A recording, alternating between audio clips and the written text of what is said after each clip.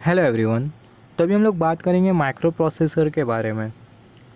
तो हम लोग बात करेंगे माइक्रो प्रोसेसर 8085 के बारे में। ऐसे तो बहुत सारे टाइप के माइक्रो प्रोसेसर होते हैं, 8086, 8080, PIC 18। तो हम लोग स्टार्ट करेंगे माइक्रो प्रोसेसर 8085 से। तो सबसे पहला माइक्रो प्रोसेसर होता क्या है? कोई भी चीज़ जो कि ऑटोमेटिकली आप देख रहे हो, ऑटोमेटिकली जो कि कंट्रोल होती है, उसमें क्या लगा होता है? उसमें लगा होता है माइक्रो प्रोसेसर। जैसे कि मैं आपको एक सिंपल सा एग्जांपल दूँ, ट्रैफिक लाइट ऑटोमेटिकली कंट्रोल होती है। 30 सेकंड के बाद ग्रीन हो जाएंगी, 30 सेकंड के बाद रेड हो जाएंगी, 30 सेकंड के बाद फिर अपना येलो हो जाएंगी, या फिर 1 मिनट के बाद रेड होगी, 1 मिनट के बाद ग्रीन, 1 मिनट के बाद येलो हो जाएंगी। तो ये हो कैसे रही है? ऑटोमेटिकली कैसा कंट्रोल हो रही है? इसको ऑटोमेटिकली जो कंट्रोल करता है उसमें लगा होता है माइक्रो प्रोसेसर। सिमिलरली आपने कोई चीज़ आपने कंसिडर किया, ओवन में आपने कोई चीज़ बेक किया, फिर उसके बाद आपने टाइमर सेट कर दिया, फिर उसके बाद कुछ पर्टिकुलर टाइम के बाद वो जो ओवन होगा वो ऑफ़ हो जाएगा। तो ओवन ऑटोमेटिकली ऑफ़ कैसा हो रहा है? तो ओवन में क्या लगा हुआ है? ओवन में लगा हुआ है माइक्रो प्रोसेसर। एक्चुअली लगा होता है माइक्रो कंट्रोलर के अंदर होता है माइक्रो कंप्यूटर, और माइक्रो कंप्यूटर के अंदर होता है माइक्रो प्रोसेसर, जिसको हम लोग इनडायरेक्टली बोल सकते हैं माइक्रो प्रोसेसर। सिमिलरली रेफ्रिजरेटर आपने कंसिडर किया, रेफ्रिजरेटर या फिर आप बोल सकते हो एयर कंडीशनर आपने एज्यूम किया। एयर कंडीशनर जो टेम्परेचर होगा उसके हिसाब से जो एयर होगा उसको मैनेज करेगा। मतलब अगर टेम्परेचर अगर जैसे कि ज़्यादा हॉट होता है, ज़्यादा गर्म होता है इन्वायरमेंट, तो उस केस में जो एयर कंडीशनर होगा वो इन्वायरमेंट को सेंस कर लेगा और जो कूलिंग का जो रेट होगा उसको इंक्रीज़ कर देगा। तो ये एयर कंडीशनर ऑटोमेटिकली कर कैसा रहा है? एयर कंडीशनर को क्या हम लोग बोल रहे हैं कि अगर टेम्परेचर अगर ज़्यादा गर्म होगा तो ज़्यादा ठंडी हवा देना? नहीं, उसमें लगा हुआ है माइक्रो प्रोसेसर। तो जो माइक्रो प्रोसेसर होता है, जो जो डिवाइसेस जो कि ऑटोमेटिकली अपने आप कंट्रोल होते हैं, ऑटोमेटिकली जो कि ऑपरेट होते हैं, उसमें क्या लगा होता है? उसमें लगा होता है माइक्रो प्रोसेसर। तो माइक्रो प्रोसेसर अगर हम लोग देखें, ये इंटीग्रेटेड डिवाइस होता है जिसमें कंप्यूटिंग और डिसीजन मेकिंग एबिलिटी होती है। अब ये इंटीग्रेटेड डिवाइस, इसका मतलब क्या? इंटीग्रेटेड डिवाइस का मतलब क्या होता है? एक छोटी सी चिप होती है और वो चिप में बहुत सारे इलेक्ट्रॉनिक कंपोनेंट फैब्रिकेटेड होते हैं, जिसके वजह से जो डिवाइस है इसको हम लोग बोलते हैं integrated device. Having computing and decision making ability, इसका मतलब क्या? कंप्यूटिंग एबिलिटी, इसका मतलब जो माइक्रो प्रोसेसर है वो मैथमेटिकल ऑपरेशन परफॉर्म कर लेता है, लॉजिकल ऑपरेशन परफॉर्म कर लेता है। माइक्रो प्रोसेसर 2+2 आपको 4 करके दे देगा, एंड ऑपरेशन परफॉर्म करके दे देगा, नैंड ऑपरेशन, और ऑपरेशन, एक्सऑर ऑपरेशन, जो लॉजिकल ऑपरेशन है आपको परफॉर्म करके दे सकता है माइक्रो प्रोसेसर। जिसके वजह से हम लोग बोल रहे हैं कि इंटीग्रेटेड डिवाइस होता है जिसमें कंप्यूटिंग एबिलिटी होती है, मैथमेटिकल ऑपरेशन कर सकता है, लॉजिकल ऑपरेशन कर सकता है। तो ये रीज़न के वजह से जो माइक्रो प्रोसेसर होता है उसमें कंप्यूटिंग एबिलिटी होती है। और डिसीजन मेकिंग एबिलिटी, इसका मतलब क्या? ये अपने आप से डिसीजन भी ले सकता है, अपने आप से डिसीजन ले सकता है। इसका मतलब क्या? मैं आपको एक सिंपल सा एग्जांपल देता हूँ। जैसे कि हमने थोड़े टाइम पहले डिस्कस किया, एयर कंडीशनर वाला एग्जांपल हमने कंसिडर किया। एयर कंडीशनर में क्या लगा होता है? माइक्रो प्रोसेसर लगा होता है। और जैसी इन्वायरमेंट अगर गर्म होता है तो जो एयर कंडीशनर होता है वो ज़्यादा कूलिंग प्रोवाइड करता है। तो ज़्यादा कूलिंग कैसा प्रोवाइड कर रहा है? माइक्रो प्रोसेसर की वजह से प्रोवाइड कर रहा है। माइक्रो प्रोसेसर बोल रहा है एयर कंडीशनर को ज़्यादा कूलिंग प्रोवाइड कर, तो जो एयर कंडीशनर है वो ज़्यादा कूलिंग प्रोवाइड कर रहा है। तो जो माइक्रो प्रोसेसर है वो अपने आप से डिसीजन ले पा रहा है। बेसिकली क्या लगा होता है? सेंसर भी लगा होता है, सेंसर लगा होता है। सेंसर माइक्रो प्रोसेसर के साथ कनेक्ट होता है। बड़ा रफ एग्जांपल दे रहा हूँ आपको। सेंसर लगा होता है, सेंसर माइक्रो प्रोसेसर के साथ कनेक्ट होता है, और जो माइक्रो प्रोसेसर होता है वो आगे सिग्नल भेजता है। कोई तो हार्डवेयर होगा जिसको सिग्नल भेजेगा, जो कि जो रूम का जो टेम्परेचर है या फिर जो कूलिंग जो एयर कंडीशनर जो रिलीज़ कर रहा है वो इंक्रीज़ कर देगा। मतलब जो सेंसर है क्या करेगा? मान लेते हैं जो रूम का जो टेम्परेचर है वो ज़्यादा गर्म हो जाता है, आप रूम में कुछ कुक कर रहे हो तो जो रूम का जो टेम्परेचर है वो ज़्यादा गर्म हो जाता है। ज़्यादा गर्म हो जाता है तो जो सेंसर होगा उसको सेंस कर लेगा ज़्यादा गर्म टेम्परेचर को। सेंसर सिग्नल भेजेगा किसको? माइक्रो प्रोसेसर को। तो जो माइक्रो प्रोसेसर होगा वो डिसीजन लेगा।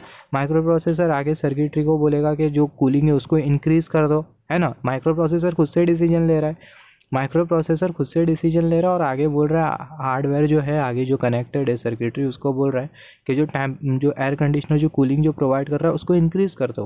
तो जो एयर कंडीशनर होगा कूलिंग को इंक्रीज़ कर देगा। तो जो माइक्रो प्रोसेसर है उसमें डिसीजन मेकिंग एबिलिटी होती है, वो डिसीजन ले सकता है अपने आप से। एक एग्जांपल मैं आपको देता हूँ।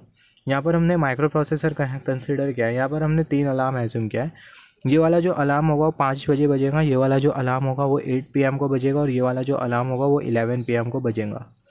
ये वाला जो टाइमर है वो 5 PM को एक्टिवेट होगा, ये वाला टाइमर 8 PM को एक्टिवेट होगा, ये वाला टाइमर 11 PM को एक्टिवेट होगा। हम लोग चाहते हैं कि जितने भी जो अलार्म है ठीक आधे घंटे बाद ऑफ़ हो जाए। तो ये अलार्म अगर 5 बजे अगर ऑन होता है तो 5:30 को ऑफ़ हो जाएगा। ये अलार्म अगर 8 PM को ऑन होता है तो 8:30 को ऑफ़ हो जाएगा। ये वाला अलार्म अगर 11 PM को ऑन होता है तो 11:30 को ऑफ़ हो जाएगा। तो हम लोग चाहते हैं कि कोई ये अलार्म को ठीक आधे घंटे बाद ऑफ़ कर दे। तो ये तीनों के साथ हमने क्या लगा दिया, माइक्रो प्रोसेसर। और माइक्रो प्रोसेसर को हमने बोल दिया है कि ये तीनों जो अलार्म है इनको ठीक आधे आधे घंटे बाद ऑफ़ कर देना। तो ये जो अलार्म होगा 5 PM को एक्टिवेट होगा और जो जैसे 5:30 PM होगा तो जो माइक्रो प्रोसेसर होगा इसको बंद कर देगा। ये वाला अलार्म 8 PM को एक्टिवेट होगा, जैसे ही 8:30 PM होगा तो जो माइक्रो प्रोसेसर होगा इसको बंद कर देगा। जैसे ये 11 PM को एक्टिवेट होगा तो 11:30 को जो माइक्रो प्रोसेसर होगा इसको बंद कर देगा। तो जो माइक्रो प्रोसेसर है उसमें डिसीजन लेने की एक एबिलिटी है। माइक्रो प्रोसेसर को पता है कि कौन से अलार्म को कितने बजे ऑफ़ करना है, राइट। तो माइक्रो प्रोसेसर अपने से डिसीजन ले पा रहा है और यही रीज़न की वजह से जो माइक्रो प्रोसेसर है उसको हम लोग बोलते हैं इसमें डिसीजन मेकिंग एबिलिटी भी होती है। तो ये माइक्रो प्रोसेसर को डिसीजन मेकिंग एबिलिटी कहाँ से मिलती है, तो ये माइक्रो प्रोसेसर में हमें प्रोग्रामिंग करनी होती है। प्रोग्रामिंग क्या होती है, जो प्रोग्रामिंग होती है वो सेट ऑफ इंस्ट्रक्शन होता है या फिर हम लोग बोल सकते हैं वो इंस्ट्रक्शन का सेट होता है। माइक्रो प्रोसेसर में हम लोग प्रोग्रामिंग करते हैं जिसकी वजह से जो माइक्रो प्रोसेसर होता है वो डिसीजन लेता है। माइक्रो प्रोसेसर को हम लोग ट्रेन करते हैं, माइक्रो प्रोसेसर को हम लोग प्रोग्राम करते हैं। एक सिंपल सा एग्जांपल दूं मैं आपको। फॉर एग्जांपल आपका एक फ्रेंड है और एक पर्टिकुलर पर्सन है और वो जो पर्टिकुलर जो पर्सन है उसका जो कैरेक्टर है वो बहुत ख़राब है। या फिर एक दूसरा एग्जांपल एज्यूम कर लेते हैं, आपका फ्रेंड है और एक पर्टिकुलर टीचर है। तो जो पर्टिकुलर जो टीचर है उसका जो कैरेक्टर है वो बहुत ख़राब है, राइट। तो आप अपने फ्रेंड को बोले कि जो पर्टिकुलर जो टीचर है उसका जो कैरेक्टर है वो बहुत ख़राब है। आप अपने फ्रेंड को वो पर्टिकुलर टीचर के बारे में प्रोग्राम कर रहे हो। आप अपने फ्रेंड के ब्रेन में वो पर्टिकुलर टीचर के बारे में नेगेटिविटी फीड कर रहे हो कि जो पर्टिकुलर टीचर है उसका कैरेक्टर ख़राब है, उसको बात करने का तरीका नहीं है, वो जब भी आएगा उससे ऐसा आप इंटरेक्ट करना। आप अपने फ्रेंड को बोल रहे हो। तो आप अपने जो फ्रेंड को जो बोल रहे हो वो टीचर के बारे में, तो आप अपने फ्रेंड के माइंड को प्रोग्राम कर रहे हो कि वो पर्टिकुलर टीचर ऐसा है, वो आएगा तो ऐसा करना, वो अगर आपको ऐसा कुछ बोलता है तो उससे मतलब ज़्यादा आर्ग्यूमेंट्स मत करना। बड़ा रफ एग्जांपल दे रहा हूँ, आपको कॉन्सेप्ट समझना है। तो आप बेसिकली कर क्या रहे हो, आपका जो फ्रेंड है उसके माइंड को ट्रेन कर रहे हो, आप अपने फ्रेंड के माइंड को प्रोग्राम कर रहे हो। तो जब आप इन केस नहीं रहोगे तो जब भी वो टीचर आपके फ्रेंड के सामने आएगा तो आपका जो फ्रेंड होगा उसमें डिसीजन मेकिंग एबिलिटी होगी, वो अपने आप से डिसीजन ले पाएगा। वो समझ जाएगा कि जो पर्टिकुलर जो टीचर है उसके साथ कैसा इंटरेक्ट करना है। आपके फ्रेंड को कैसा पता चला, आपने अपने फ्रेंड को प्रोग्राम कर दिया, आपने अपने फ्रेंड को बता दिया कि ये ऐसा ऐसा करना है वो टीचर के साथ, अगर वो टीचर ऐसा अगर आता है तो उसके साथ आपको ऐसा बिहेवियर रखना है। तो आपने क्या किया, आपने आपके फ्रेंड को प्रोग्राम किया, आपने आपके फ्रेंड के ब्रेन को ट्रेन किया। तो आपका जो फ्रेंड है वो अकॉर्डिंगली वो टीचर के बिहाफ एक्शन ले पा रहा है, राइट। तो इसी तरीके से जो माइक्रो प्रोसेसर होता है उसे हमें प्रोग्राम करना होता है और जो माइक्रो प्रोसेसर होता है वो डिसीजन ले पाता है, राइट। तो जो प्रोग्राम हम लोग जो करते हैं, जो प्रोग्रामिंग होती है वो सेट ऑफ इंस्ट्रक्शन होता है जिसको हम लोग बोलते हैं इंस्ट्रक्शन सेट, जिसके बारे में हम लोग बात करेंगे डिटेल में पूरा डिस्कशन में। तो माइक्रो प्रोसेसर क्या होता है अब तक के हमें समझ में आ गया। माइक्रो प्रोसेसर एक इंटीग्रेटेड डिवाइस होता है जिसमें कंप्यूटिंग और डिसीजन मेकिंग एबिलिटी होती है। सिमिलरली माइक्रो कंप्यूटर क्या होता है, माइक्रो प्रोसेसर के साथ इनपुट डिवाइस लगा दो, आउटपुट डिवाइस लगा दो, मेमोरी लगा दो, तो आपको क्या मिल जाएगा, आपको मिल जाएगा micro computer. Micro processor along with input device, output device and memory is called as micro computer. तो जो माइक्रो कंप्यूटर होता है वो माइक्रो प्रोसेसर होता है जिसमें हम लोग इनपुट डिवाइस, आउटपुट डिवाइस और मेमोरी अटैच कर देते हैं या फिर बोल सकते हैं इंटरफेस कर देते हैं। यहाँ पर हमने एक एग्जांपल कंसिडर किया, ये है माइक्रो प्रोसेसर। इसके साथ हमने इनपुट माइक्रो प्रोसेसर को हम लोग शो करते हैं म्यूपी से। तो माइक्रो प्रोसेसर के साथ हमने इनपुट डिवाइस, आउटपुट डिवाइस और हमने मेमोरी अटैच कर दिया है। तो यहाँ पर हमें जो आर्किटेक्चर जो मिल रहा है इसको हम लोग बोलते हैं माइक्रो कंप्यूटर। या फिर आप ऐसा भी बना सकते हो, ये माइक्रो प्रोसेसर है, इसके साथ हमने इनपुट डिवाइस और आउटपुट डिवाइस हमने कनेक्ट कर दिया है और हमने मेमोरी कनेक्ट कर दिया है। तो हमें क्या मिल गया, हमें मिल गया माइक्रो कंप्यूटर। यहाँ पर हम लोग जो इनपुट और जो आउटपुट जो डिफाइन जो करते हैं वो माइक्रो प्रोसेसर के रेस्पेक्ट में करते हैं। Input and output is defined with respect to micro processor. मतलब माइक्रो प्रोसेसर अगर कुछ रिसीव कर रहा है तो उसको हम लोग बोलते हैं इनपुट, और माइक्रो प्रोसेसर कुछ डिलीवर कर रहा है तो उसको हम लोग क्या बोलते हैं, उसको हम लोग बोलते हैं आउटपुट। और यही रीज़न की वजह से जो आउटपुट की जो एरो है वो आउटवर्ड डायरेक्टेड है और जो इनपुट की जो एरो है वो इनवर्ट डायरेक्टेड है। इनपुट की एरो इनवर्ट क्यों डायरेक्टेड है, क्योंकि जो माइक्रो प्रोसेसर है वो कुछ रिसीव कर रहा है जिसके वजह से जो इनपुट की जो एरो है वो हमने इनवर्ट डायरेक्टेड कंसिडर किया, और जो माइक्रो प्रोसेसर होगा कुछ डिलीवर करेगा आउटपुट में, जिसकी वजह से जो आउटपुट की जो एरो है उसको हमने आउटवर्ड डायरेक्टेड कंसिडर किया है। और यहाँ पर ये जो मेमोरी है इसकी जो एरो है वो बाई डायरेक्शनल है। बाई डायरेक्शनल क्यों? क्योंकि जो माइक्रो प्रोसेसर होगा मेमोरी से कुछ डेटा रिसीव भी करेगा और मेमोरी में कुछ डेटा डिलीवर भी करेगा, जिसके वजह से यहाँ पर हमने जो एरो जो कंसिडर किया वो है बाई डायरेक्शनल। ये सब चीज़ के बारे में हम लोग डिटेल में डिस्कशन करेंगे आगे के कॉन्सेप्ट में। हम लोग माइक्रो कंप्यूटर को ऐसा भी डिफाइन कर सकते हैं, computer having micro processor as its CPU. Computer having micro processor as its CPU, such computer is known as micro computer. Computer जिसमें माइक्रो प्रोसेसर लगा हो as a central processing unit, तो ऐसे जो कंप्यूटर होते हैं इसको हम लोग क्या बोलते हैं? इसको हम लोग बोलते हैं micro computer. Similarly micro controller का मतलब क्या होता है? माइक्रो कंप्यूटर को आप एक सिंगल चिप पर रख दो तो आपको क्या मिल जाएगा? आपको मिल जाएगा micro controller. Micro computer on a single chip is a micro controller. तो माइक्रो प्रोसेसर हमने क्या डिस्कस किया था? अगर हम लोग माइक्रो कंट्रोलर के कुछ एग्जांपल्स कंसिडर करें तो DMA controller, AC, refrigerator etcetera, यहाँ सभी जगह पर माइक्रो कंट्रोलर यूज़ किया जाता है। माइक्रो प्रोसेसर, माइक्रो कंप्यूटर क्या होता है? माइक्रो प्रोसेसर में आप अगर input output device memory attach करते हो तो आपको क्या मिल जाएगा? आपको मिल जाएगा माइक्रो कंप्यूटर। माइक्रो कंप्यूटर को आप छोटी से चिप पर रख दो तो आपको क्या मिल जाएगा? आपको क्या मिल जाएगा? आपको मिल जाएगा माइक्रो कंट्रोलर। तो माइक्रो प्रोसेसर के साथ इनपुट आउटपुट डिवाइस कनेक्ट करते हो तो माइक्रो कंप्यूटर बन जाएगा। माइक्रो कंप्यूटर को सिंगल चिप पर रख दो तो क्या बन जाएगा? माइक्रो कंट्रोलर बन जाएगा। और माइक्रो कंट्रोलर में क्या होता है? माइक्रो कंप्यूटर में क्या होता है? माइक्रो प्रोसेसर, जिसको आप ऐसा बोल सकते हो माइक्रो कंट्रोलर में होता है माइक्रो प्रोसेसर। तो जैसे कि हमने डिस्कस किया, जो माइक्रो कंट्रोलर होता है वो क्या होता है? Micro computer on a single chip is called as micro controller. जैसे कि DMA controller, AC, refrigerator etcetera, ये सभी जगह पर हमें माइक्रो कंट्रोलर का एप्लीकेशन दिखाई देता है। और जो डीएमए कंट्रोलर होता है वो एक एग्जांपल होता है माइक्रो कंट्रोलर का। और बहुत सारे माइक्रो कंट्रोलर होते हैं जैसे कि 8085 हो गया, 8051 हो गया, 8085 हो गया, 8086 हो गया। ऐसे बहुत सारे टाइप के माइक्रो कंट्रोलर होते हैं। PIC 18 माइक्रो कंट्रोलर हो गया। तो बहुत सारे माइक्रो कंट्रोलर्स होते हैं जिसके बारे में हम लोग आगे डिस्कस करेंगे। तो अभी हम लोग थोड़े लैंग्वेजेस के बारे में पढ़ लेते हैं, जैसे कि मशीन लैंग्वेज क्या होती है, असेंबली लैंग्वेज क्या होती है, हाई लेवल लैंग्वेज क्या होती है, लो लेवल लैंग्वेज क्या होती है। फिर उसके बाद में हम लोग बात करेंगे आर्किटेक्चर ऑफ 8085 माइक्रो प्रोसेसर, जिसमें हम लोग एक्सटर्नल आर्किटेक्चर, इंटरनल आर्किटेक्चर दोनों के बारे में हम लोग डिस्कस करेंगे। तो मशीन लैंग्वेज का मतलब क्या होता है? ये माइक्रो प्रोसेसर हमने कंसिडर किया, माइक्रो प्रोसेसर से हमें कुछ काम करवाना है तो हम लोग बोलेंगे माइक्रो प्रोसेसर से हमें कुछ टास्क करवाना है, राइट। तो माइक्रो प्रोसेसर से हमें कुछ टास्क करवाना है तो जो माइक्रो प्रोसेसर है इसे हमें प्रोग्राम करना होगा। जो प्रोग्रामिंग होती है वो क्या होती है? वो इंस्ट्रक्शन का सेट होता है जिसको हम लोग बोलते हैं सेट ऑफ इंस्ट्रक्शन। इंस्ट्रक्शन में हमें क्या मिलता है? जैसे रीड, कॉल, रिटर्न, ये बेसिकली होते हैं इंस्ट्रक्शन सेट। जैसे ये move A B, move A सी, इसको हम लोग क्या बोलते हैं? इसको हम लोग बोलते हैं इंस्ट्रक्शन सेट। और ये जो इंस्ट्रक्शन होता है बेसिकली इसको हम लोग इंस्ट्रक्शन बोलते हैं। Move A B, move A सी, इसको हम लोग बोलते हैं इंस्ट्रक्शन। रीड, कॉल, रिटर्न, इसको हम लोग क्या बोलते हैं? इसको हम लोग बोलते हैं इंस्ट्रक्शन। और जो इंस्ट्रक्शन का हमें जो सेट जो मिलता है उसको हम लोग क्या बोलते हैं? उसको हम लोग बोलते हैं प्रोग्राम। तो ये जो माइक्रो प्रोसेसर से अगर हमें कुछ काम करवाना है तो माइक्रो प्रोसेसर को हमें क्या देना होगा? हमें कमांड देना होगा। और वो जो कमांड होता है उसको हम लोग क्या बोलते हैं? उसको हम लोग बोलते हैं इंस्ट्रक्शन।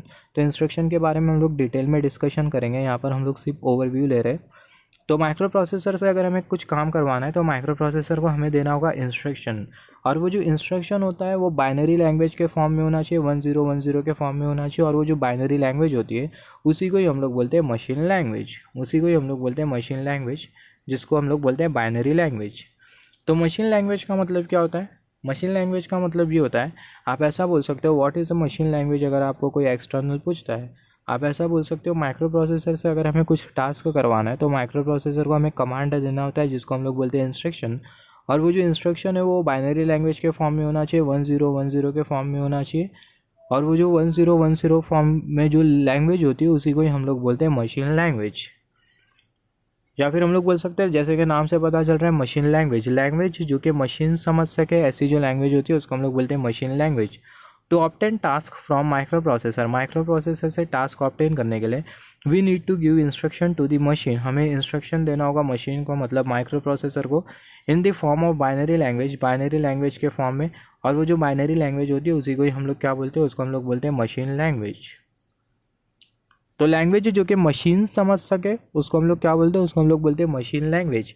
जो मशीन होती है वो ये इंग्लिश रिटन लैंग्वेज नहीं समझ सकती, रीड कॉल रिटन ये मशीन नहीं समझ सकती, इंग्लिश रिटन लैंग्वेज मशीन बिल्कुल भी नहीं समझ सकती है। जो मशीन होगी वो बाइनरी लैंग्वेज समझेंगी 1010, और ये जो बाइनरी लैंग्वेज होती है इसी को ही हम लोग क्या बोलते हैं, इसी को ही हम लोग बोलते हैं मशीन लैंग्वेज। सिमिलरली नेक्स्ट जो लैंग्वेज होती है उसको हम लोग क्या बोलते हैं, उसको हम लोग बोलते हैं असेंबली लैंग्वेज। असेंबली लैंग्वेज का मतलब क्या होता है, यहाँ पर हमने कुछ इंस्ट्रक्शंस कंसिडर किया है, move A B, move A C, move A B. इसका मतलब जो बी का जो डेटा है वो हमें ए में कॉपी करना है। ये ए बी क्या होता है, ये रजिस्टर्स होते हैं जिसके बारे में हम लोग बात करेंगे। यहाँ पर अभी हमें सिर्फ कॉन्सेप्ट समझना है, तो डिटेल में हम लोग ज़्यादा डिस्कशन नहीं करेंगे, आगे की कॉन्सेप्ट हम लोग डिटेल एनालिसिस करेंगे। असेंबली लैंग्वेज का मतलब क्या है, यहाँ पर हमने एक इंस्ट्रक्शन कंसिडर किया मूव ए बी। इसका मतलब जो बी का जो डेटा है वो कहाँ पर मूव करना है, ए में मूव करना है। मूव ए सी, इसका मतलब ए का जो डेटा है वो सी में मूव करना है। मूव ए बी, ये इंस्ट्रक्शन के एग्जीक्यूशन के बाद जो बी का जो डेटा होगा वो कहाँ पर मूव हो जाएगा, ए में मूव हो जाएगा। मूव ए सी, ये इंस्ट्रक्शन के एग्जीक्यूशन के बाद जो ए का जो डेटा होगा वो कहाँ पर मूव हो जाएगा, सी में मूव हो जाएगा। तो यहाँ पर अगर हम लोग देखें जो इंस्ट्रक्शन हमने जो कंसिडर किया, ये जो इंस्ट्रक्शन है वो मशीन तो नहीं समझ सकती, तो ये जो इंस्ट्रक्शन है इसके करस्पॉन्डिंग 8 डिजिट का बाइनरी लैंग्वेज होगा, 8 डिजिट का बाइनरी कोड होगा, कुछ इस तरीके से 000 1 1 0 0 एंड 0। सिमिलरली मूव ए सी, इसके करस्पॉन्डिंग हमें बाइनरी कोड मिलेगा जो कि होगा 1 1 0 0 0 0 एंड 0 0। यहाँ पर हमने रफ एग्जाम्पल कंसिडर किया, यहाँ पर हमने बहुत रफ एग्जाम्पल कंसिडर किया। ऐसा ज़रूरी नहीं है कि यही कोड हो, ये इंस्ट्रक्शन के करस्पॉन्डिंग यही कोड हो, ऐसा ज़रूरी नहीं है। यहाँ पर हमने रफ एग्जाम्पल कंसिडर किया है। एक्यूरेसी की एक्सपेक्टेशन करना मिसकंसेप्शन हो सकता है, तो यहाँ पर हमने बहुत रफ एग्जाम्पल कंसिडर किया है, हमें सिर्फ कॉन्सेप्ट समझना है, राइट। तो यहाँ पर ये जो इंस्ट्रक्शन है इसके करस्पॉन्डिंग हमें बाइनरी लैंग्वेज मिलेंगी, बाइनरी कोड मिलेगा। यहाँ पर ये जो मशीन लैंग्वेज हमने जो कंसिडर किया है इसको हम लोग हैक्स कोड भी बोल सकते हैं, हैक्स कोड भी बोल सकते हैं, मशीन कोड भी बोल सकते हैं, या फिर बाइनरी कोड भी बोल सकते हैं। Hacks code, machine code, machine language, binary code का मतलब एक ही है, जो कि मशीन लैंग्वेज है, जो कि मशीन समझती है। तो यहाँ पर ये जो इंस्ट्रक्शन है इसके करस्पॉन्डिंग हमें ये बाइनरी कोड मिलेगा, ये इंस्ट्रक्शन इसके करस्पॉन्डिंग हमें बाइनरी कोड मिलेगा। ऐसे हमें टोटल कितने वर्ड मिलेंगे, हमें ऐसे 256 इंग्लिश वर्ड मिलेंगे।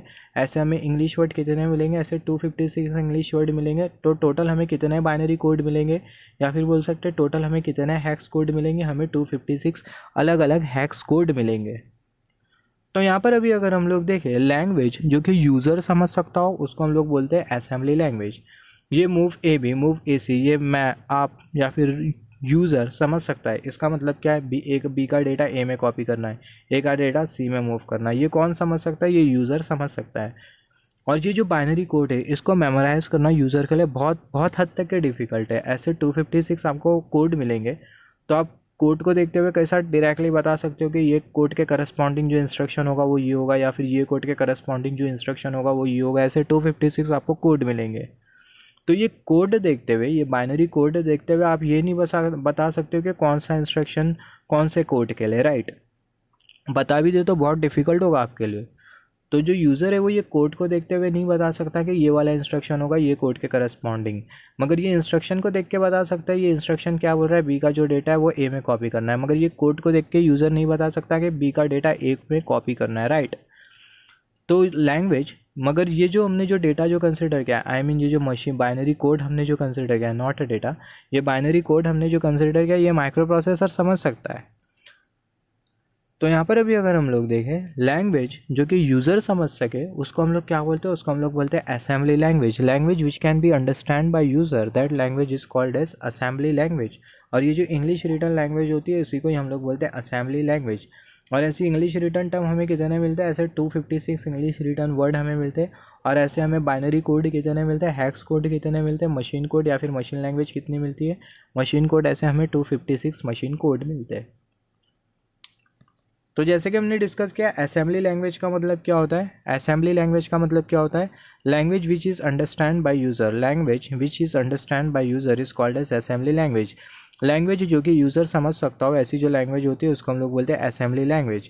या फिर सिंपली आप बोल सकते हो इंग्लिश रिटर्न लैंग्वेज, उसको हम लोग बोलते हैं असेंबली लैंग्वेज। जैसे कि move A B, move B C, return, call, ये जो लैंग्वेज होती है इंग्लिश रिटर्न लैंग्वेज, इसको हम लोग क्या बोलते हैं, उसको हम लोग बोलते हैं असेंबली लैंग्वेज।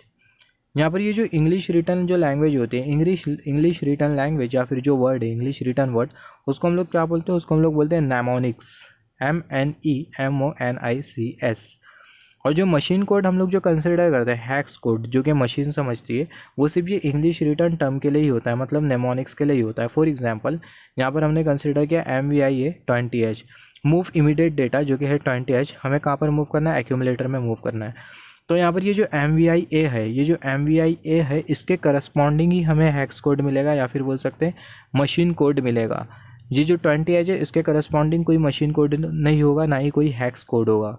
जो मशीन कोड होगा वो ये इंग्लिश रिटर्न टर्म है, इसी के करस्पॉन्डिंग होगा मशीन कोड, या फिर बोल सकते हैं हैक्स कोड। तो जैसे कि हमने डिस्कस किया, यहाँ पर हम लोग एक कॉन्सेप्ट के बारे में डिस्कस कर लेते हैं। जैसे कि हमने डिस्कस किया असेंबली लैंग्वेज का मतलब क्या होता है, लैंग्वेज जो कि यूज़र समझ सके उसको हम लोग बोलते हैं असेंबली लैंग्वेज। मशीन लैंग्वेज का मतलब क्या, लैंग्वेज जो कि मशीन समझ सके उसको हम लोग बोलते हैं मशीन लैंग्वेज। मशीन कौन सी लैंग्वेज समझती है, 1010 बाइनरी लैंग्वेज समझती है, जिसको हम लोग मशीन लैंग्वेज भी बोलते हैं, हैक्स कोड भी बोलते हैं, बाइनरी कोड भी बोलते हैं, बाइनरी लैंग्वेज भी बोलते हैं। सिमिलरली तो मशीन बाइनरी लैंग्वेज क्यों समझती है, क्योंकि जैसे कि हमने डिस्कस किया था, जो माइक्रो प्रोसेसर होता है, माइक्रो प्रोसेसर में क्या लगा होता है, बहुत सारे electronic component, digital electronic devices लगे होते हैं। और डिजिटल इलेक्ट्रॉनिक डिवाइसेस कौन सी लैंग्वेज समझते हैं, बाइनरी लैंग्वेज समझते हैं, जिसकी वजह से जो माइक्रो प्रोसेसर होता है वो बाइनरी लैंग्वेज समझता है। डिजिटल इलेक्ट्रॉनिक डिवाइसेस मतलब जैसे कि गेट लगे होते हैं, AND gate, NOR gate, NAND gate, OR gate, XOR gate, तो ऐसे बहुत सारे गेट लगे होते हैं। और हमें पता है जो लॉजिक गेट्स होते हैं वो कौन से प्रिंसिपल पर ऑपरेट करते हैं, बाइनरी लैंग्वेज पर ही ऑपरेट करते हैं। कौन सी लैंग्वेज पर ऑपरेट करते हैं, नॉट प्रिंसिपल, कौन सी लैंग्वेज पर ऑपरेट करते हैं, बाइनरी लैंग्वेज पर ऑपरेट करते हैं। जिसके वजह से जो माइक्रो प्रोसेसर होता है वो भी बाइनरी लैंग्वेज पर ऑपरेट होता है, क्योंकि माइक्रो प्रोसेसर में गेट्स लगे होते हैं लॉजिकल ऑपरेशन परफॉर्म करने के लिए। और हमने क्या डिस्कस किया था, असेंबली लैंग्वेज का मतलब क्या, लैंग्वेज जो कि यूज़र समझ सके उसको हम लोग कौन सी लैंग्वेज बोलते हैं, उसको हम लोग बोलते हैं असेंबली लैंग्वेज। और जो इंग्लिश रिटर्न टर्म होता है उसको हम लोग बोलते हैं असेंबली लैंग्वेज। और जो इंग्लिश रिटर्न टर्म होता है उसको हम लोग क्या बोलते हैं, नेमोनिक्स बोलते हैं। सिमिलरली अभी डिस्कस कर लेते हैं बीट और बाइट का मतलब क्या होता है। यहाँ पर हमने कंसिडर किया है 8 बाइनरी नंबर हमने कंसिडर किया 1 0 1 0 0 1 0 1। तो यहाँ पर अभी अगर हम लोग देखें, यहाँ पर ये जो हमने 8 जो नंबर कंसिडर किया है, जो बाइनरी नंबर हमने जो कंसिडर किया है, इसको हम लोग क्या क्या बोलेंगे, 8 बिट बोलेंगे। 8 बिट क्यों बोलेंगे, क्योंकि यहाँ पर हमने 8 बाइनरी नंबर कंसिडर किया है। तो ये जो 8 बिट होती है वो किसके बराबर में होती है, 1 बाइट के बराबर में होती है। जो 8 बिट होती है वो 1 बाइट के बराबर में होती है।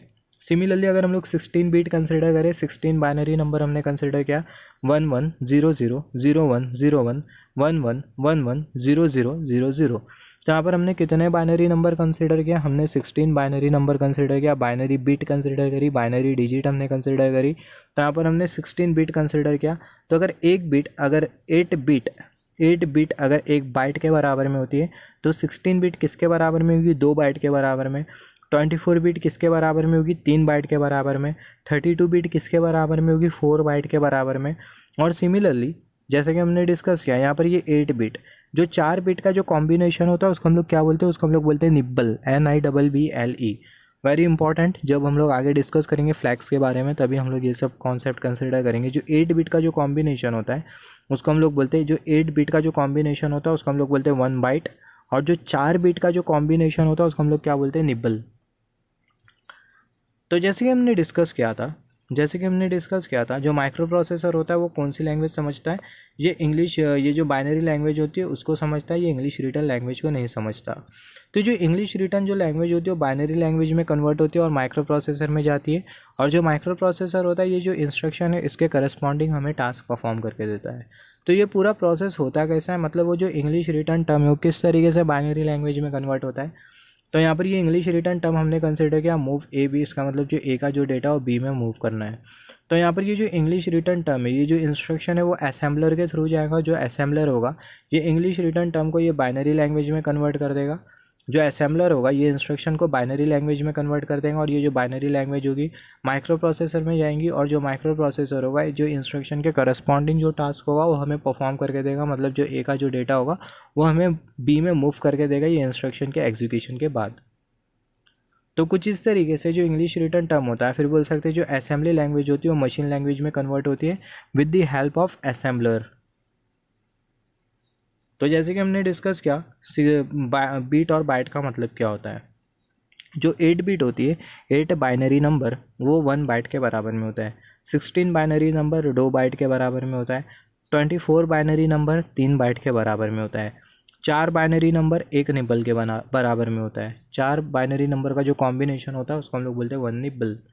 सिमिलरली अभी बात कर लेते हैं लो लेवल लैंग्वेज का मतलब क्या होता है और हाई लेवल लैंग्वेज का मतलब क्या होता है। बहुत सिंपल से कॉन्सेप्ट है। आप अगर signal system, control system, electrical network जैसे आपने सब्जेक्ट पढ़े तो ये माइक्रो प्रोसेसर कंट्रोलर समझना आपके लिए कुछ भी नहीं है। तो यहाँ पर अभी अगर हम लोग देखें, पहली जो लैंग्वेज है वो है लो लेवल लैंग्वेज। तो लो लेवल लैंग्वेज का मतलब क्या होता है, लैंग्वेज जो कि सिर्फ और सिर्फ एक ही मशीन पर काम करे, ऐसी जो लैंग्वेज होती है उसको हम लोग बोलते हैं लो लेवल लैंग्वेज। या फिर लैंग्वेज जो कि सिर्फ और सिर्फ एक ही डिवाइस पर काम करे, ऐसी जो लैंग्वेज होती है उसको हम लोग बोलते हैं लो लेवल लैंग्वेज। तो हम लोग लिख सकते हैं machine specific language is called as low level language. जैसे कि मशीन लैंग्वेज, असेंबली लैंग्वेज, इसको हम लोग क्या बोलते हैं, इसको हम लोग बोलते हैं लो लेवल लैंग्वेज। जैसे कि मूव ए बी टू ए, यहाँ पर ये असेंबली लैंग्वेज है, यहाँ पर ये असेंबली लैंग्वेज है, इसके करस्पॉन्डिंग ये मशीन लैंग्वेज है। तो यहाँ पर अभी अगर हम लोग देखें, यहाँ पर ये जो 2A है इसको हमने हेक्साडेसिमल में लिखा। यहाँ पर अभी अगर हम लोग देखें, यहाँ पर हेक्साडेसिमल भी हमें समझ में आना चाहिए। हम लोग कुछ इस तरीके से बाइनरी कंसिडर करते नहीं बैठेंगे, हम लोग ऐसा बाइनरी एज्यूम करते हुए नहीं बैठेंगे, हमें हेक्साडेसिमल एडिशन और सब्ट्रैक्शन भी आना चाहिए। हेक्साडेसिमल एडिशन तो हमें आना ही आना चाहिए। तो यहाँ पर अभी अगर हम लोग देखें, यहाँ पर जैसे कि हमने डिस्कस किया मशीन लैंग्वेज और जो असेंबली लैंग्वेज होती है वो लो लेवल लैंग्वेज होती है। तो यहाँ पर हमने एक एग्जांपल कंसिडर किया है मूव ए बी और ये 2A। यहाँ पर हमने जो इंस्ट्रक्शन जो कंसिडर किया है ये सिर्फ और सिर्फ 8085 माइक्रो प्रोसेसर में ही चलेगा। ये इंस्ट्रक्शन अगर हम लोग किसी दूसरे माइक्रो प्रोसेसर में अगर हम लोग चलाना चाहें तो ये जो इंस्ट्रक्शन होगा वो दूसरे माइक्रो प्रोसेसर में बिल्कुल भी नहीं चलने वाला। इंस्ट्रक्शन जो कि सिर्फ और सिर्फ एक ही डिवाइस में चले, लैंग्वेज जो कि सिर्फ एक ही डिवाइस में चले, ऐसी जो लैंग्वेजेस होती है उसको हम लोग क्या बोलते हैं, इसको हम लोग बोलते हैं लो लेवल लैंग्वेज। तो जो लैंग्वेज होगी वो सिर्फ और सिर्फ 8085 माइक्रो प्रोसेसर में ही चलेगी। ये जो इंस्ट्रक्शन होगा वो सिर्फ और सिर्फ 8085 माइक्रो प्रोसेसर में ही चलेगा, 8086 माइक्रो प्रोसेसर में नहीं चलेगा। इसलिए जो लैंग्वेज है इसको हम लोग क्या बोलते हैं, इसको हम लोग बोलते हैं लो लेवल लैंग्वेज। तो लो लेवल लैंग्वेज का मतलब क्या, लैंग्वेज जो कि सिर्फ और सिर्फ एक ही डिवाइस पर चले, एक ही मशीन पर चले, या फिर मशीन स्पेसिफिक लैंग्वेज, उसको हम लोग बोलते हैं लो लेवल लैंग्वेज। सिमिलरली और लो लेवल लैंग्वेज के एग्जांपल्स क्या होते हैं, मशीन लैंग्वेज, असेंबली लैंग्वेज, ये एग्जांपल्स होते हैं लो लेवल लैंग्वेजेस के। सिमिलरली हाई लेवल लैंग्वेज का मतलब क्या होता है, हाई लेवल लैंग्वेज का मतलब ये होता है लैंग्वेज जो कि बहुत सारे प्लेटफॉर्म पर चले। प्लेटफॉर्म चेंज करने पर अगर हमें लैंग्वेज को चेंज करना नहीं पड़ रहा है, या फिर सिंपल वर्ड में लैंग्वेजेस जो कि बहुत सारे डिवाइसेस पर चले या फिर बहुत सारे प्लेटफॉर्म पर चले, तो ऐसी जो लैंग्वेजेस होती है उसको हम लोग बोलते हैं हाई लेवल लैंग्वेज। जैसे कि HTML, जावा, C++, पाइथन, ये जितनी भी जो लैंग्वेज होती है इसको हम लोग बोलते हैं हाई लेवल लैंग्वेजेस। लैंग्वेजेस जो कि बहुत सारे डिवाइसेस पर चल जाए, बहुत सारी मशीनों पर चल जाए, ऐसे जो लैंग्वेजेस होते हैं इसको हम लोग बोलते हैं high level languages. Language which is independent on machine, language जो कि मशीन के ऊपर डिपेंड नहीं करती, ऐसी जो लैंग्वेजेस होती है उसको हम लोग कौन सी लैंग्वेज बोलते हैं, हाई लेवल लैंग्वेज। हम लोग ऐसा भी बोल सकते हैं by changing platform if language is not getting change, platform change करने पर अगर लैंग्वेज अगर चेंज नहीं हो रही है और दूसरे प्लेटफॉर्म पर भी चल रही है, तो ऐसी जो लैंग्वेज होती है उसको हम लोग क्या बोलते हैं, हाई लेवल लैंग्वेज बोलते हैं। सिमिलरली जैसे कि हमने डिस्कस किया था लो लेवल लैंग्वेज और हाई लेवल लैंग्वेज के बारे में हमने डिस्कस किया, तो यहाँ पर अभी अगर हम लोग देखें कि एग्जाम्पल कंसिडर कर लेते हैं हाई लेवल लैंग्वेज का। यहाँ पर हमने कंसिडर किया है C++ की प्रोग्रामिंग। यहाँ पर हमने प्रोग्रामिंग कंसिडर किया, और ये जो प्रोग्रामिंग है, प्रोग्रामिंग होता क्या है, जो प्रोग्रामिंग होती है वो सेट ऑफ इंस्ट्रक्शन होता है। यहाँ पर हमें बहुत सारे इंस्ट्रक्शंस दिखाई दे रहे हैं, जैसे कि hash include IO stream, hash include string using name space and so on. तो यहाँ पर हमें बहुत सारे इंस्ट्रक्शन दिखाई दे रहे हैं प्रोग्राम में। तो जो प्रोग्राम होता है, यही रीज़न की वजह से प्रोग्राम को हम लोग बोलते हैं सेट ऑफ इंस्ट्रक्शन। जैसे कि हमने डिस्कस किया था, हमने क्या डिस्कस किया था लो लेवल लैंग्वेज में, हमने क्या डिस्कस किया था, ये जो इंग्लिश रिटर्न टर्म होते हैं, ये जो इंग्लिश रिटर्न टर्म होते हैं इसको हम लोग क्या बोलते हैं, इसको हम लोग बोलते हैं असेंबली लैंग्वेज, या फिर बोल सकते हैं नेमोनिक्स। मगर यहाँ पर ये जो हाई लेवल लैंग्वेज है, लो लेवल लैंग्वेज में जो इंग्लिश रिटर्न टर्म होता है उसको हम लोग क्या बोलते हैं, असेंबली लैंग्वेज, या फिर बोल सकते हैं नेमोनिक्स, राइट। मगर हाई लेवल लैंग्वेज के केस में क्या होता है, जो इंग्लिश रिटर्न वर्ड होता है इसको हम लोग क्या बोलते हैं, ये इंग्लिश रिटर्न वर्ड को हम लोग बोलते हैं source code. English written word को हम लोग क्या बोलते हैं, सोर्स कोड। सिमिलरली हमें जो, जैसे कि हमने डिस्कस किया था लो लेवल लैंग्वेज में जो मशीन जो लैंग्वेज समझते हैं उसको हम लोग क्या बोलते हैं, उसको हम लोग बोलते हैं मशीन लैंग्वेज। मगर हाई लेवल लैंग्वेज के केस में मशीन जो लैंग्वेज जो समझेंगी उसको हम लोग क्या बोलते हैं, उसको हम लोग बोलते हैं ऑब्जेक्ट कोड। तो ऑब्जेक्ट कोड क्यों बोलते हैं इसके बारे में भी हम लोग डिस्कस करेंगे। तो जो इंग्लिश रिटर्न वर्ड होता है हाई लेवल लैंग्वेज में, English written word in high level language is called as source code. तो बेसिकली होता क्या है, ये जो सोर्स कोड होता है, ये सोर्स कोड इंटरप्रेटर और कंपाइलर के थ्रू पास होता है, और जो इंटरप्रेटर और जो कंपाइलर होता है, ये सोर्स कोड के करस्पॉन्डिंग जो बाइनरी कोड होगा, या फिर बोल सकते हैं जो ऑब्जेक्ट कोड होगा, बाइनरी कोड नहीं बोल सकते, ऑब्जेक्ट कोड होगा, वो जनरेट करके देगा। और वो जो ऑब्जेक्ट कोड होगा माइक्रो प्रोसेसर में जाएगा, और जो माइक्रो प्रोसेसर होगा वो हमें टास्क परफॉर्म करके देगा उस ऑब्जेक्ट कोड के करस्पॉन्डिंग। तो यहाँ पर ये जो सोर्स कोड है, ये सोर्स कोड में क्या आ जाएगा, इंग्लिश रिटर्न टर्म रहेंगे ये सोर्स कोड में, और ये सोर्स कोड इंटरप्रेटर और कंपाइलर के थ्रू पास हो गए। और ये जो इंटरप्रेटर और जो कंपाइलर होगा ये सोर्स कोड को ऑब्जेक्ट कोड में कन्वर्ट करके देगा। और ये जो ऑब्जेक्ट कोड होगा वो क्या होगा, ये मशीन लैंग्वेज ही होगी।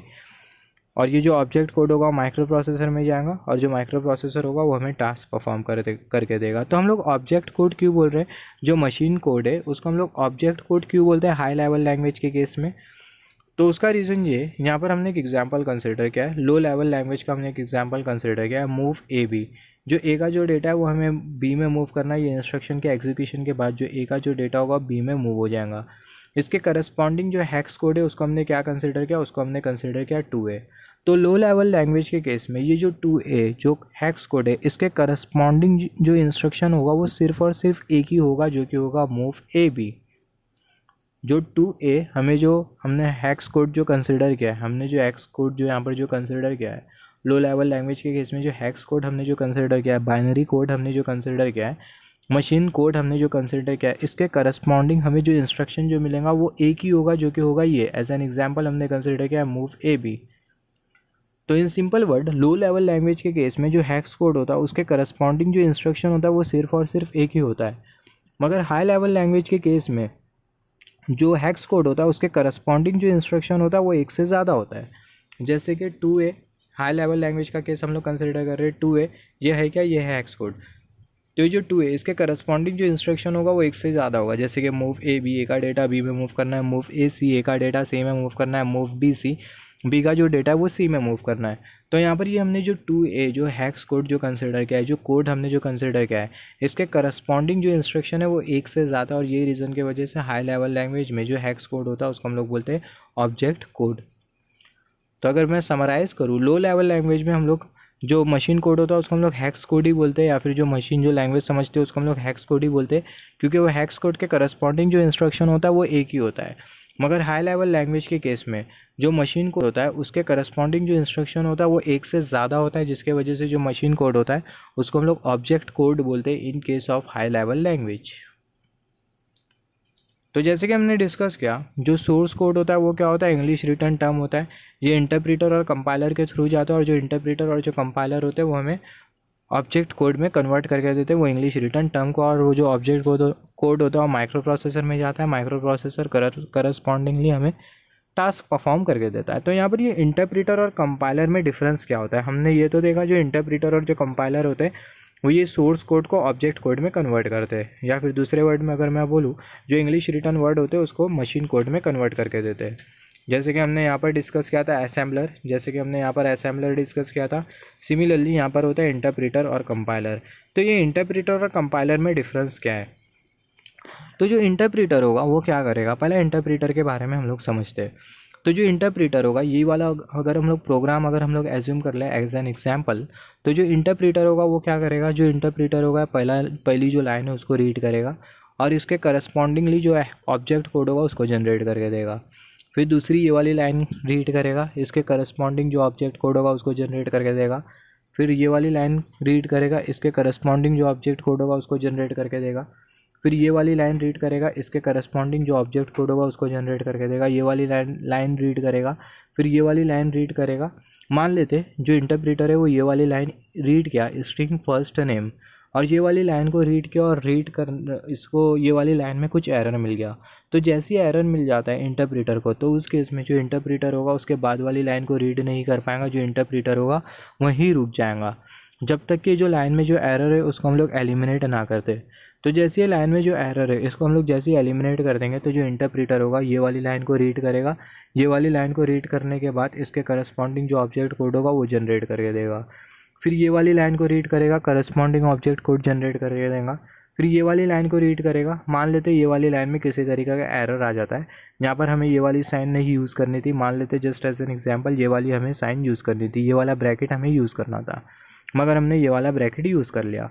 तो इंटरप्रेटर रीड करेगा ये वाली लाइन, तो जो इंटरप्रेटर होगा उसको एरर मिलेगा। तो इंटरप्रेटर वहीं रुक जाएगा, आगे प्रोसीड नहीं कर पाएगा जब तक कि हम लोग वो एरर को एलिमिनेट नहीं करें। तो जो एरर होगा उसको हम लोग एलिमिनेट करेंगे। एरर को हम लोग एलिमिनेट कर देंगे, उसके बाद जो इंटरप्रेटर होगा वो ये वाली लाइन को रीड करेगा और इसके करस्पॉन्डिंगली जो ऑब्जेक्ट कोड होगा वो हमें जनरेट करके देगा। तो इंटरप्रेटर कर क्या रहा है, जो इंटरप्रेटर है वो रीड कर रहा है एक एक लाइन को, और कहीं पे भी एरर आ रहा है तो रुक जा रहा है, और उसके बाद जब तक कि हम लोग वो एरर को एलिमिनेट नहीं कर रहे, जो इंटरप्रेटर हो रहा है वो आगे प्रोसीड नहीं कर पा रहा है। मगर यहाँ पर अभी अगर हम लोग देखें, जो इंटरप्रेटर होगा वो सीरियली रीड करेगा एक एक लाइन को। मतलब ये वाली लाइन को रीड करा, फिर उसके बाद ये वाली लाइन को रीड करेगा, फिर ये वाली लाइन को रीड करेगा, फिर ये वाली लाइन को रीड करेगा, फिर ये वाली लाइन, फिर ये वाली लाइन, फिर ये वाली लाइन। ऐसा नहीं कि इंटरप्रेटर पहला ये वाली लाइन को रीड किया, पहली वाली लाइन को, फिर उसके बाद तीसरी वाली लाइन रीड कर रहा है, फिर दूसरी वाली लाइन रीड कर रहा है, फिर पांचवी वाली लाइन रीड कर रहा है। ऐसा नहीं, जो इंटरप्रेटर होगा वो सीरियली रीड करेगा, हर एक लाइन को सीरियली रीड करेगा और हमें क्या जनरेट करके देगा, ऑब्जेक्ट कोड जनरेट करके देगा। और किसी भी लाइन में अगर एरर आ जाता है तो जो इंटरप्रेटर होगा वहीं रुक जाएगा जब तक कि हम लोग वो एरर को एलिमिनेट नहीं करेंगे। मगर अभी कंपाइलर क्या करता है, कंपाइलर के बारे में डिस्कस कर लेते हैं। तो जो कंपाइलर होगा वो क्या करेगा, जो कंपाइलर होगा ये पूरा जो प्रोग्राम होगा उसको एक साथ में रीड करेगा, और जो कंपाइलर होगा वो भी सीरियली रीड करेगा। पहली लाइन रीड करेगा, दूसरी लाइन रीड करेगा, तीसरी लाइन, चौथी लाइन, पाँचवीं, छठी एंड सो ऑन। तो जो कंपाइलर होगा ये पूरे प्रोग्राम को एक ही बार में रीड करेगा, और ये पूरे प्रोग्राम के करस्पॉन्डिंग ऑब्जेक्ट कोड एक ही बार में जनरेट करके दे देगा। और अगर किसी भी लाइन में अगर एरर आता है तो जो एरर होगा उसे हमें हाईलाइट करके दे देगा, हमें वो एरर को एलिमिनेट करना होगा। फिर उसके बाद जो कंपाइलर होगा फिर से पूरे प्रोग्राम को रीड करेगा और हमें ऑब्जेक्ट कोड जनरेट करके दे देगा। तो कुछ इस तरीके से इंटरप्रेटर और कंपाइलर के बीच में डिफरेंस होता है। तो इंटरप्रेटर क्या करता है, जो इंटरप्रेटर होता है सीरियली प्रोग्राम को रीड करता है, कंपाइलर भी सीरियली रीड करता है प्रोग्राम को। और जो इंटरप्रेटर होता है वो सीरियल एग्जीक्यूशन करता है, मगर जो कंपाइलर होता है वो पैरेलल एग्जीक्यूशन करता है। ये एग्जीक्यूशन का मतलब क्या, यहाँ पर हमने कंसिडर किया यह है source code as an example, या फिर हम लोग बोल सकते हैं यह है असेंबली लैंग्वेज जो कि यूज़र समझ सकता है। इसे हमें मशीन लैंग्वेज में कन्वर्ट करना है 101010 के फॉर्म में। तो ये जो कन्वर्जन होगा, the conversion of this English written term in machine language is called as execution. जो कन्वर्जन का जो प्रोसेस होगा, ये जो कन्वर्जन होगा, ये पूरा जो प्रोसेस होगा English written word binary language में जो कन्वर्ट होगा, पूरा जो प्रोसेस होगा उसको हम लोग बोलते हैं execution. The conversion of English written term in binary language is basically we can say execution. तो इसी को ही हम लोग मोटे मोटे तौर पर बोल सकते हैं एग्जीक्यूशन। तो जैसे कि हमने डिस्कस किया, जो इंटरप्रेटर होगा, इंटरप्रेटर सीरियली रीड करेगा, लाइन बाय लाइन हर एक इंस्ट्रक्शन को रीड करेगा, और जो कंपाइलर होगा वो भी सीरियली रीड करेगा। जो इंटरप्रेटर होगा वो सीरियल एग्जीक्यूशन करेगा, और जो कंपाइलर होगा पैरेलल एग्जीक्यूशन करेगा। अब ये सीरियल एग्जीक्यूशन और पैरेलल एग्जीक्यूशन का मतलब क्या, जैसे कि हमने डिस्कस किया, जो इंटरप्रेटर होगा पहली वाली लाइन रीड करेगा, इसके करस्पॉन्डिंग ऑब्जेक्ट कोड जनरेट करके देगा, राइट। फिर उसके बाद दूसरी वाली लाइन रीड करेगा, इसके करस्पॉन्डिंग ऑब्जेक्ट कोड जनरेट करके देगा। तीसरी वाली लाइन रीड करेगा, इसके करस्पॉन्डिंग ऑब्जेक्ट कोड जनरेट करके देगा। पांचवी वाली लाइन रीड करेगा, इसके करस्पॉन्डिंग ऑब्जेक्ट कोड जनरेट करके देगा। तो जो इंटरप्रेटर है वो बैक टू बैक एक के बाद हमें ऑब्जेक्ट कोड जनरेट करके दे रहा है। तो ये जो एग्जीक्यूशन होता है इसको हम लोग बोलते हैं सीरियल एग्जीक्यूशन। और पैरेलल एग्जीक्यूशन में क्या होता है, जो कंपाइलर होगा वो ऐसा नहीं करेगा, एक के बाद ऑब्जेक्ट कोड जनरेट करके नहीं देगा। जो कंपाइलर होगा वो एक ही बार में ऑब्जेक्ट कोड जनरेट करके दे देगा। तो जो एग्जीक्यूशन होता है इसको हम लोग बोलते हैं पैरेलल एग्जीक्यूशन। तो नेक्स्ट कॉन्सेप्ट में हम लोग डिस्कस करेंगे आर्किटेक्चर ऑफ माइक्रो प्रोसेसर 8085, जिसमें हम लोग एक्सटर्नल आर्किटेक्चर के बारे में बात करेंगे। फिर उसके बाद हम लोग डिस्कस करेंगे इंटरनल आर्किटेक्चर के बारे में।